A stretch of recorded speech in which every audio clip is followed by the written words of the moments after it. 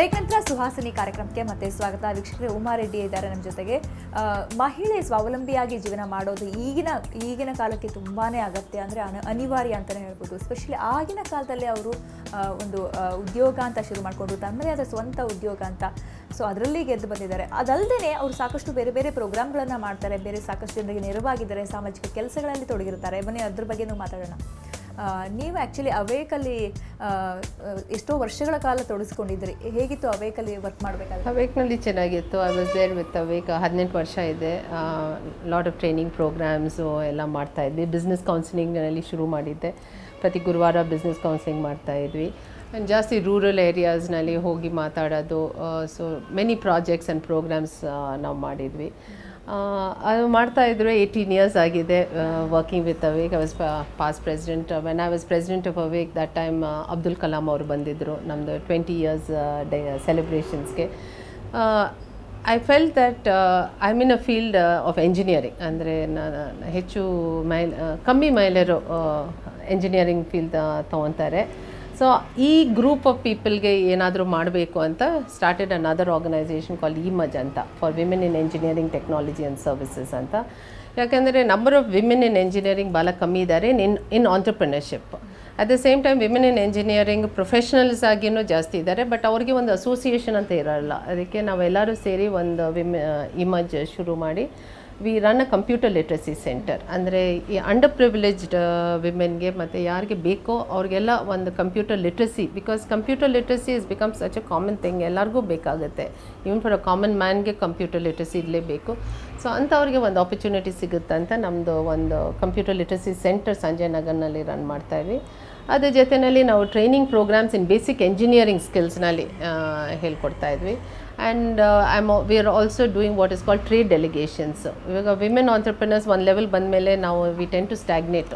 ಅಂದರೆ ಬಿಸ್ನೆಸ್ ದೊಡ್ಡದಾಗಿ ಮಾಡೋಕ್ಕೆ ಸ್ವಲ್ಪ ಸಂಕೋಚ ಪಡ್ತೀವಿ. ಯಾಕಂದರೆ ಒಂದು ಮನೆ, ಫ್ಯಾಮಿಲಿ ಮತ್ತು ಪ್ಲಸ್ ಯುವರ್ ಸೋಷಲ್ ಫ್ಯಾಮಿಲಿ, ಅಂದರೆ ಎಕ್ಸ್ಟೆಂಡೆಡ್ ಫ್ಯಾಮಿಲೀಸ್ಗೆಲ್ಲ ಸಪೋರ್ಟ್ ಮಾಡಬೇಕಾಗುತ್ತೆ. ಆ್ಯಂಡ್ ಯುವರ್ ಬಿಸ್ನೆಸ್ ನೋಡ್ಕೊಂಡ್ರೆ ಒಂದು ಲೆವೆಲ್ ಬಂದಮೇಲೆ ಸಾಕು, ಇದಕ್ಕಿಂತ ಜಾಸ್ತಿ ಗ್ರೋ ಮಾಡಿದ್ರೆ ನಾನು ಮ್ಯಾನೇಜ್ ಮಾಡೋಕ್ಕಾಗುತ್ತೋ ಇಲ್ವೋ ಅಂತ. ಅದಕ್ಕೆ we feel that women need to grow, because competitive ಆಗಿರಬೇಕಂದ್ರೆ ಗ್ರೋತ್ ಇರಬೇಕು. ಅಲ್ಲೇ ಇದ್ದರೆ ಕಷ್ಟ ಆಗುತ್ತೆ. ಸೊ ಅದನ್ನು ಸಪೋರ್ಟ್ ಮಾಡೋಕ್ಕೆ we started this Emerge. So we also do a lot of trade delegations.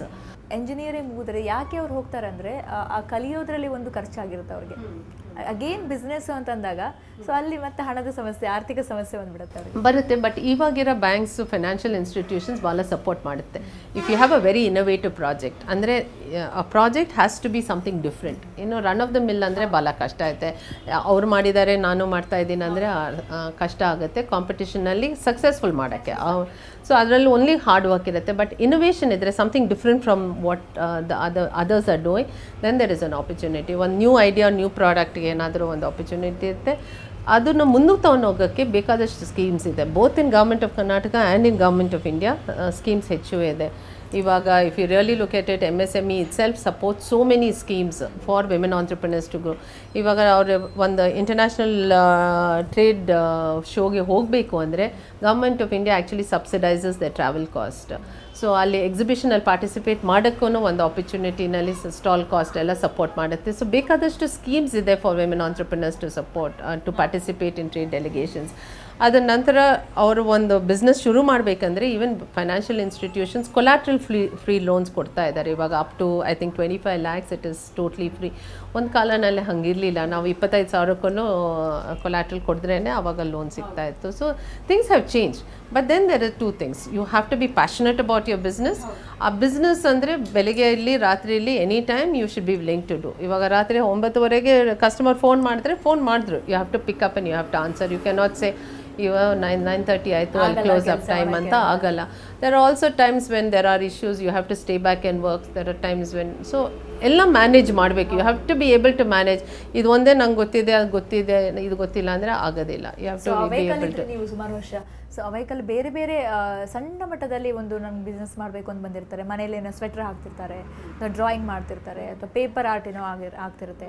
So ಅಂಥವ್ರಿಗೆಲ್ಲ ಅಂದರೆ ಸಣ್ಣ ಪುಟ್ಟ ಆ ಥರ ಬಂದಿದ್ದೆ ಅಂತ ಅವೈಕ್ನಲ್ಲಿ ಹೆಚ್ಚು ಅಂಥ ಪ್ರೋಗ್ರಾಮ್ಸ್ ಜಾಸ್ತಿ ಜನ ಬರೋದು.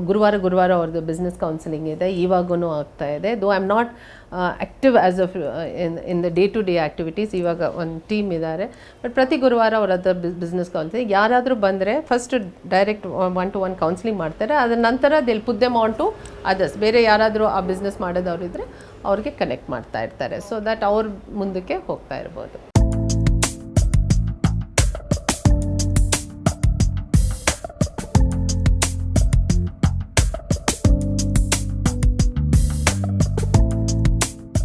ನನ್ನ ಹೆಸರು ಲಕ್ಷ್ಮಿ ಅಂತ. ನಾನು 8 ವರ್ಷದಿಂದ ಕೆಲಸ ಮಾಡ್ತಾಯಿದ್ದೀನಿ. ಇಲ್ಲಿ ನಾನು PUC ಓದಿ ಬಂದಿದ್ದೆ. ನನಗೇನು ಇಲ್ಲಿ ಕೆಲಸ ಬಗ್ಗೆ ಗೊತ್ತಿರಲಿಲ್ಲ. ಇಲ್ಲಿ ವೈಂಡಿಂಗು ಸಾಲ್ಡ್ರಿಂಗು ಎಲ್ಲ ಮೇಡಮ್ಮೇ ನನಗೆ ಎಲ್ಲ ಹೇಳ್ಕೊಟ್ಟಿತ್ತು. ಈಗ ಎಲ್ಲ ಕೆಲಸಗಳನ್ನೂ ನಾನು ಕಲ್ತ್ಕೊಂಡಿದ್ದೀನಿ. ಬೇರೆ ಕಡೆ ಹೋದ್ರೂ ನಾನು ಒಳ್ಳೆ ಕೆಲಸ ಮಾಡಬೇಕು ಅಂತ ಇದು ಮಾಡ್ಕೊಂಡಿದ್ದೀನಿ. ನನ್ನ ಹೆಸರು ರೇಣುಕಾ. ನಾನು BCom ಮುಗಿಸಿ 1992 ಇಲ್ಲಿ ಬಂದು ಜಾಯ್ನ್ ಆದೆ. ಆ್ಯಸ್ ಅಡ್ಮಿನ್ ಜಾಯ್ನ್ ಆಗಿರೋದ್ರಿಂದ ಎಲ್ಲ ಸೇಲ್ಸ್ ಟ್ಯಾಕ್ಸ್ ಫೈಲಿಂಗು ಅಕೌಂಟ್ಸ್ ಎಲ್ಲ ಅವರೇ ಹೇಳ್ಕೊಟ್ಟಿದ್ದು. ಅದ್ರಾಗೆ ನಾನೇ ಇವಾಗ ಸ್ವಂತ ಎಲ್ಲ ಮಾಡ್ತಾಯಿದ್ದೀನಿ. ಆಮೇಲೆ ನಮ್ಮ ಇಲ್ಲಿ ಎಂಪ್ಲಾಯೀಸ್ ಎಲ್ಲ ಲೇಡೀಸೇ ಇರೋದು. ವರ್ಷಕ್ಕೊಂದು ಸತಿ ಟೀಮ್ ಬಿಲ್ಡಿಂಗ್ ವರ್ಕ್ಶಾಪ್ ಥರ ಮಾಡ್ತೀವಿ.